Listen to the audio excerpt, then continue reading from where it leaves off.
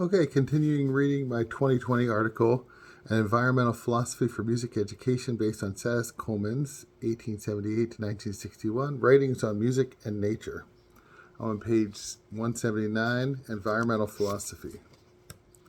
Environmental philosophy clarifies how concepts related to the natural environment and society, including issues of consumption, conservation, epistemology, ethics, and policy, are defined. For instance, environmental ethics attempts to enlarge the domain of traditional, that is, human ethics by extending our moral concern to non-human entities, to individual animals and plants, to entire non-human species, and sometimes even to inanimate objects. Many movements, such as deep ecology and ecofeminism, view this enlargement as essential in the 21st century. Coleman's music education focused on both human and non-human musics. In contrast, music education as aesthetic education focused music educators' attention on the uniquely human aspects of music. For instance, Reamer, 1989, considered learning about nature a mere topical approach to music education, one, quote, without merit, end quote. That's on page 235 of his book. Though music and nature include aesthetic aspects, it is in the practices of human culture, social structures, and perhaps non-human animal social structures as described by sociobiologists, that Coleman's philosophy speaks to music education. Coleman's environmental writings, in other words, often open space to think about environmental issues through music education. Next section, nature. Coleman understood the idea of nature in two main ways. Nature as Mother Earth and nature as a pedagogical inspiration. She also used the word nature in other common ways. For instance, nature meant customary when she wrote, "Natural peoples are impelled to express their deepest feelings in song." This conception of nature seemed to have been used both as a criticism of modern living and as a colonial way to define the other, addressed later in this paper, especially in the discussion of evolution. Nature represents classification, for instance, collections of a similar nature. However, her use of nature as a spiritual force and nature as pedagogical deserve closer attention. Mother Earth. Coleman understood nature capitalized as a spiritual force, Mother Earth, linked with her conception of cultures as evolving and in line with fellow Darwinian thinkers. Coleman evoked nature as a goddess. In the Book of Bells, she discussed the magic of bells. And here's a quote. "The idea of the magic of bells probably started among primitive peoples long ago. In the early stages of the human race, when primitive man first found that he could produce a ringing sound in a stone, it must have seemed to him the voice of his God speaking the mysterious language of Mother Earth. For was not a stone a part of the sacred underworld?" And later, when men began to use iron, which gives a sound that is even louder and more ringing than stones, it seems natural that they would have thought that their bells as having magic power, end quote. And that's from 1938. It is difficult to determine whether or not Coleman viewed this primitive understanding of music as magical as inferior to modern rational approaches to thinking, in the same way Marxian thinkers code magical thinking negatively. But that may be read as implied. Anyone reading Coleman today would probably recognize the racist, colonialist trappings of the conceptualization of any group of people as primitive. After recognizing this limitation, however, there are other things to gain from her writings. Coleman expressed distaste towards modern soundscapes, the sound of paved streets, whirring machinery, trains, streetcars, automobile horns, and radios. And that's her 1939 book. She recommended children learn to listen to the sweet silence found in the rhythmic beat of nature and have a bit of the understanding of the voice of God to develop both musical powers and a healthy, well-poised body. And that comes with this image. Some music lessons are best out of doors, 1922. And there's some of her students. They tended to make their own instruments, right? She would leave time for people to make their own instruments and then play on those instruments that they made, which was a pretty interesting part of her pedagogy. Continuing on page 182.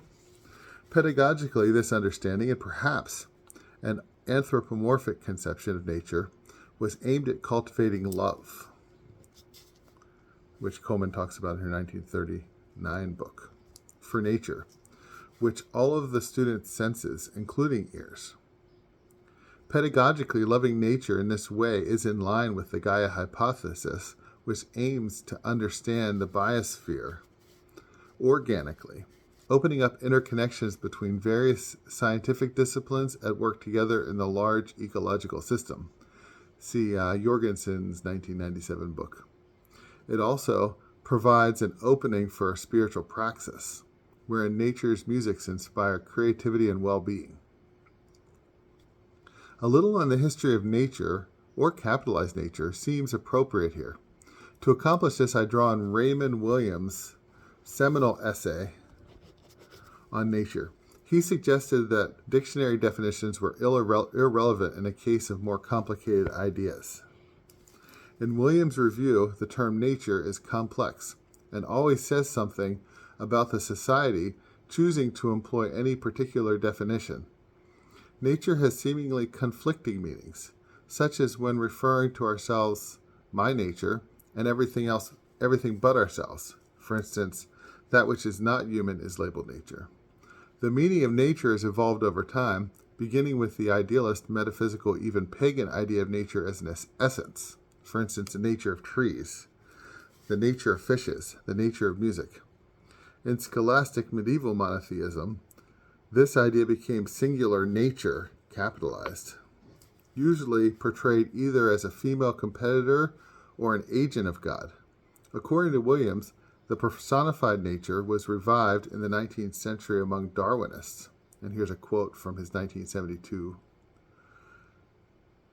Even men who were prepared to dispense with the first singular principle, dispense with the idea of God, usually retained and even emphasized that other very comparable principle, the singular and abstracted, indeed still often in some way personified, nature. End quote. The conception of nature, however, was machine-like, nature the selective breeder. Page 152.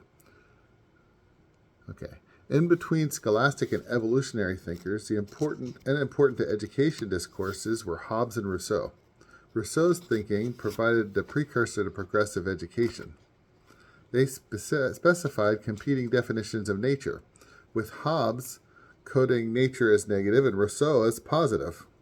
To Hobbes, life was ruthless, violent, unhappy, and short for people living in a state of nature. For Rousseau, the natural state of life was better than modern living.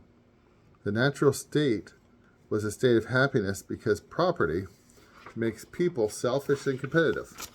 Both conceptions of nature represented an a priori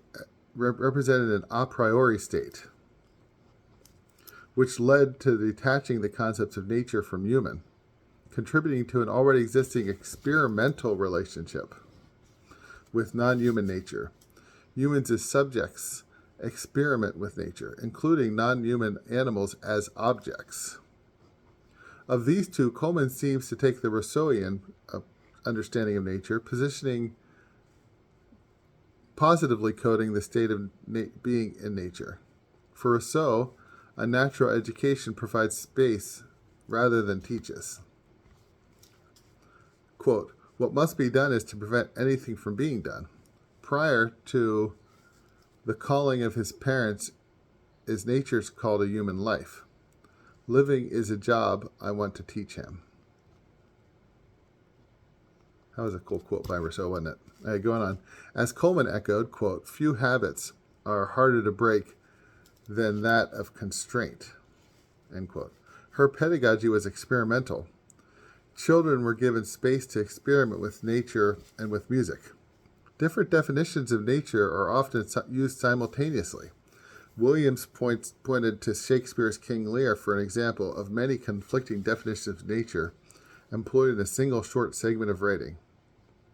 Allow not nature more than nature's needs. Man's life is cheap as beasts, one daughter, who redeems nature from its general curse, which twain have brought her to, that nature, which contemns its origin, can be bordered certain in itself. All shaking thunder crack nature's molds, all Germans spill at once, that make ungrateful man hear nature here, dear goddess, here. Nature here represents a time before human settlement, a fundamental goodness, less than human state of being. The fall and requisite redemption, shapes of nature, reproduction, destruction, and impersonal force, and the goddess nature. Okay, we'll continue next time with nature as a pedagogical inspiration. Page 183 if you're following along. Again, I'll put the link down below if you want to read the original article. It is pretty long, but it's probably nice to follow along with if you're keeping up. So this work actually is connected with my paper coming up next month in Indiana, where I'm presenting on an ecological dictionary. This complex definition of nature made me think about how words are often malleated in scholarship to mean something completely different than what is commonly understood, including Williams. Williams definitely malleates some too, but Shakespeare had already malleated these words as well. But in general, we know what nature means today, right? And we have to explain other meanings of it, though they're well known sometimes. But sometimes in scholarship, the meanings aren't known. It just means something completely different, it seems. And it's hard to do scholarship if the words are just a moving target, right?